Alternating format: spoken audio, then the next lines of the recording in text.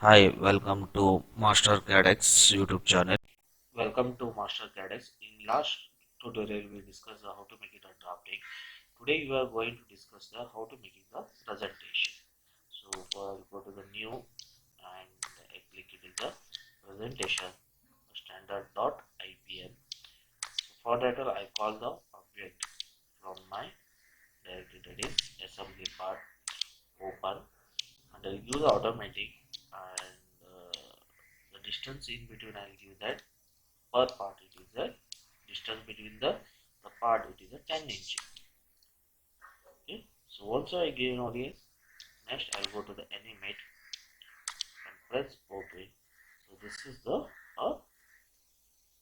a presentation of your diagram. So open in a proper, so I will create again. Next you can see that how it will be presentation done over here. This is also called, it is a explode view in other software. Thank you for watching. In next tutorial we will go for the next practice, practice number 6. Thank you.